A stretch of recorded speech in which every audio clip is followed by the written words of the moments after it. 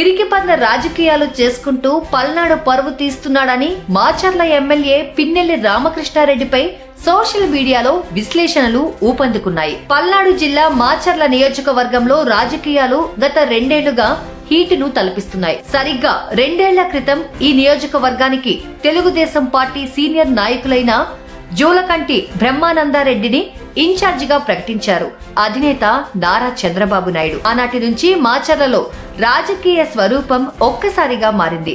Sleeper cells గా ఉన్న TDP యాక్టివిస్టులందరూ ఒక్కసారిగా యాక్టివ్ మోడ్ లోకి వచ్చారు. పసుపు శ్రేణులను నూతన ఉత్సాహాన్ని తెచ్చేలా బ్రహ్మారెడ్డి నియామకాన్ని అన్ని వర్గాల వారు హర్షం వ్యక్తం చేశారు. గడిచిన 2 ఏళ్లుగా పార్టీకి పూర్వ వైభవం తీసుకొచ్చేలా బ్రహ్మారెడ్డి వేస్తున్న అడుగులకు నియోజకవర్గ ప్రజల్లో మంచి స్పందన వస్తుంది. ఈ నేపథ్యంలో బ్రహ్మారెడ్డికి వస్తున్న మైలేజ్ ని తట్టుకోలేక స్థానిక ఎమ్మెల్యే పీఆర్కే అండ్ కోకు వెన్నులో ఓటమి వణుకు పట్టుకుంది. ఈ నేపథ్యంలో మాచర్లలో గతంలో ఎన్నడూ లేని రాజకీయ సంస్కృతికి పీఆర్కే తెరతీస్తున్నారు.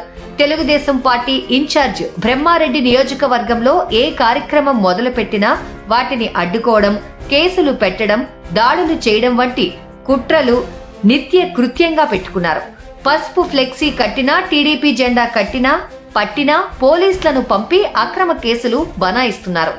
నియోజకవర్గ పరిధిలో గ్రామాల్లో ఇన్ఛార్జ్ బ్రహ్మారెడ్డి పర్యటించినా ఆ గ్రామాల్లో ఏదైనా ఉత్సవాలు, తిరునాళ్లకు హాజరైన కేసే. తాజాగా క్రిస్మస్, నూతన సంవత్సరం ఉత్సవాలను పురస్కరించుకొని గ్రాండ్ గా సెలబ్రేషన్ చేద్దామని తెలుగుదేశం పార్టీ ప్రణాళికలు సిద్ధం చేసుకుంటున్న సమయంలో ఇన్ఛార్జ్ బ్రహ్మారెడ్డిపై సంబంధం లేని అట్రాసిటీ కేసు నమోదు చేశారు. తనకు సంబంధం లేని కేసులో ఇరికించేందుకు పిన్నెల్లి కుట్రలు పన్నుతున్నారని బ్రహ్మారెడ్డి మీడియా ముందు ఆగ్రహం వ్యక్తం చేశారు. రాజకీయాలు చేతకాక నియోజకవర్గంలో అరాచక పాలనకు తెరతీస్తున్నారని, పల్నాటి చరిత్రలో పీఆర్కే లాంటి పిరికి పందను ఎన్నడూ చూడలేదని చెప్పుకొచ్చారు.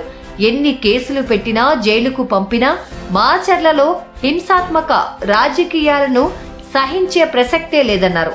ఇలా మాచర్లలో తెలుగుదేశం పార్టీ ఇన్ఛార్జ్ బ్రహ్మారెడ్డిపై, శ్రేణులపై ఏదో ఒక అక్రమ కేసులు పెట్టి ఇబ్బందులకు గురిచేయడం పొలిటికల్ గా పరిపాటిగా మారిందని విశ్లేషణలు గత 2 ఏళ్లుగా వినిపిస్తున్నవే.